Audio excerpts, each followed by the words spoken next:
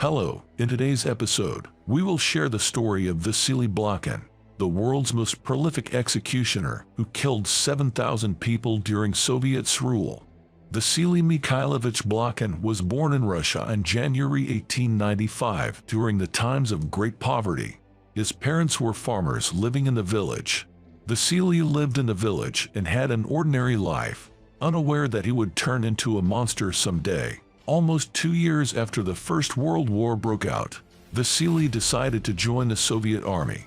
He gained himself an image of a successful soldier and then entered the Soviet security organization Cheka in March 1920. Cheka was the first intelligence and security organization of the Soviet Union. Vasily was promoted in a short period of time.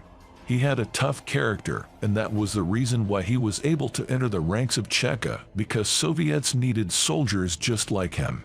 Vasily undertook various covert operations for Russians in the Cheka. At this center, clandestine activities such as assassinations, secret missions, and executions on behalf of Stalin were carried out. Vasily swiftly accomplished these tasks, quickly reaffirming his capabilities to everyone. He executed everyone without hesitation or a second thought. According to some sources, he was Stalin's favorite. Over time, he continued to be promoted, becoming more and more monstrous with each step, his conscientiousness diminishing as he rose. By the end of the 6 years of service, he became the head of the Commandant's office, which was established by the state for special intelligence and operations. The Commandant's office was headquartered in Lubyanka in Moscow. Many experienced officers from Russia's secret intelligence service in KVD were also in the center. No one could enter this center unless Stalin wanted them to. All those joining this agency were high-level officers carefully selected by Stalin. This place was the last abode of 828,000 people. Everyone, including statesmen, people who had information about internal state affairs, would be brought to the center to be executed. Mikhail Tukhachevsky, who was among 5 marshal of the Soviet Union, was also brought to Lubyanka after Stalin ordered his execution as part of the operation called the Great Purge. He was executed following a secret trial. The person who pulled the trigger was Vasily Blokhin. Vasily Blokhin was the last person many former Bolsheviks saw before their execution. He also executed most of former chiefs of the Russian Secret Intelligence Service. Vasily was awarded the Badge of Honor for his service in 1937.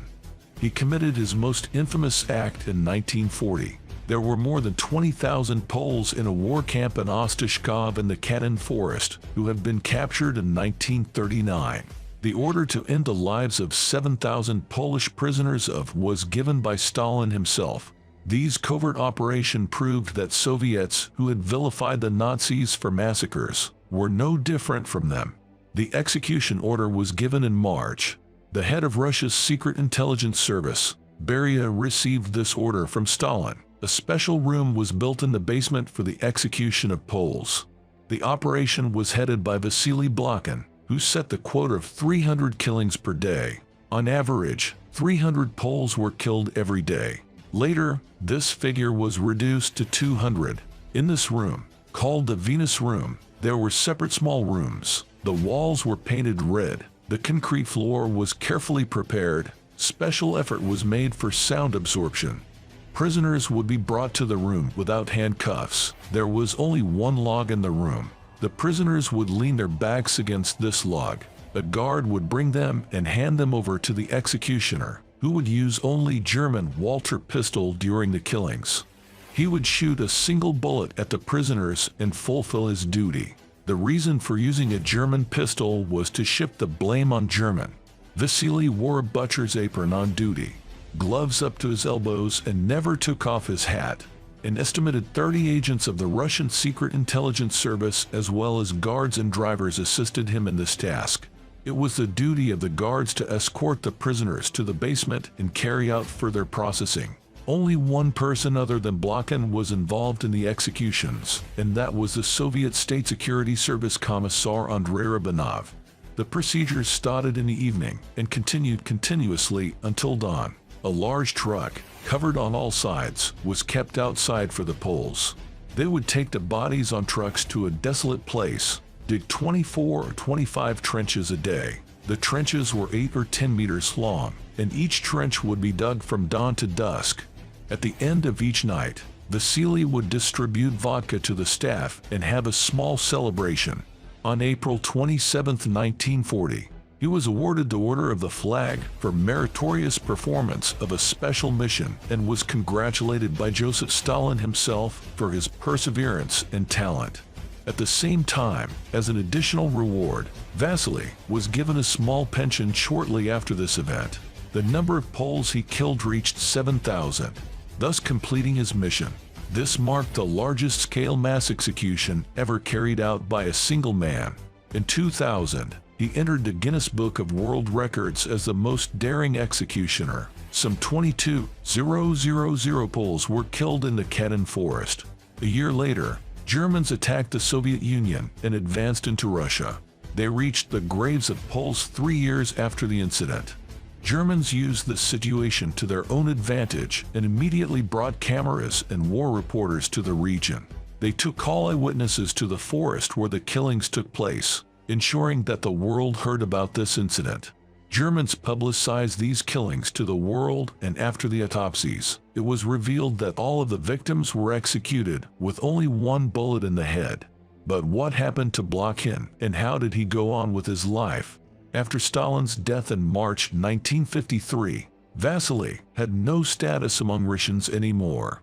Being touted as a hero in the past, Vasily was now old and a threat to some people. Thus, shortly after Stalin died, the executioner was forced to retire. This was announced by Beria himself, who also died shortly afterwards. Surprisingly, Blokhin was stripped of all his ranks and medals, which led him to a Great Depression. His inhumane actions had badly affected his mental health before he retired. He was already suffering from psychological problems. He could not live long after his retirement. He fell into alcoholism over time, and at the same time his mental health declined day by day. His past was haunting him. The executioner died in February 1955. The death of this murderous man was from his own hand. He did to himself what he had done to prisoners 15 years ago and pulled the trigger of the gun he held to his head for the last time.